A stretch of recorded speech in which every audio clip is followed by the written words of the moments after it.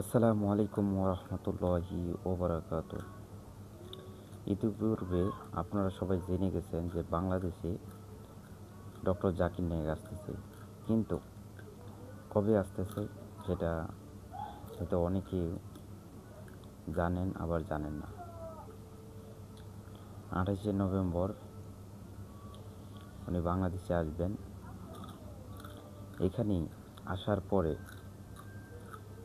আবার অনেকেই ভাবেন না বা অনেকেই টানা হেঁচড়া শুরু করেন না যে ওরা কাদের হয়ে আসতেছে। তো বাংলাদেশে যারা দলমত নিয়ে অমুক দল শুরু করেন, যে কেউ আছে সুন্নি ওহাবি, বিভিন্ন মতাদর্শের চলে।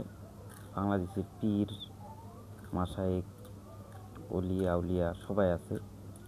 তো এই নিয়ে আবার যে শুরু করেন না যে উনি ওই দলের হয়ে আসছে, অমুক দলের হয়ে আসছে।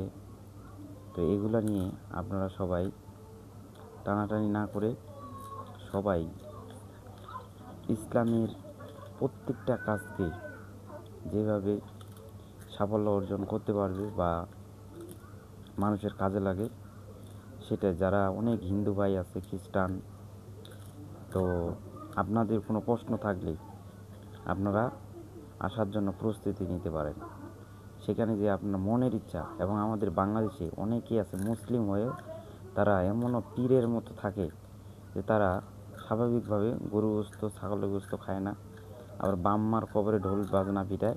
মুসলিম সমাজে তারা জন্মগ্রহণ করে।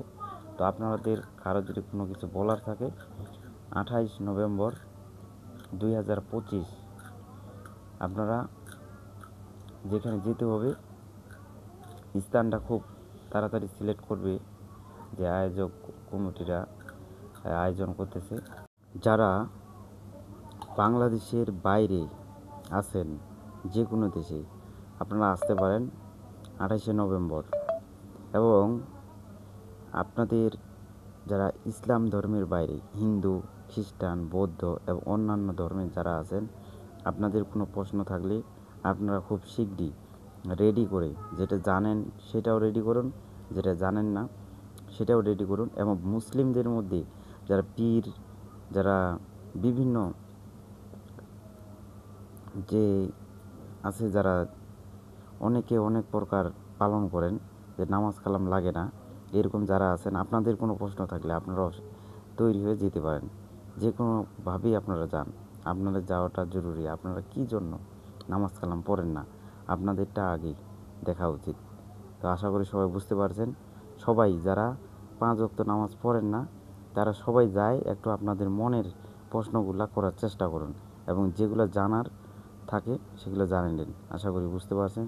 সবাই ভালো থাকবেন, সুস্থ থাকবেন, আর আপনারা যাওয়ার জন্য প্রস্তুতি নিন। এবং সবাই ধর্ম বর্ণ নির্বিশেষে সবাই ডক্টর জাকির নায়েকের সাথে যারা আসবেন তাদের আশা রাখি যেন সহজ করে দেন আল্লাহ। সবাই দোয়া করবেন।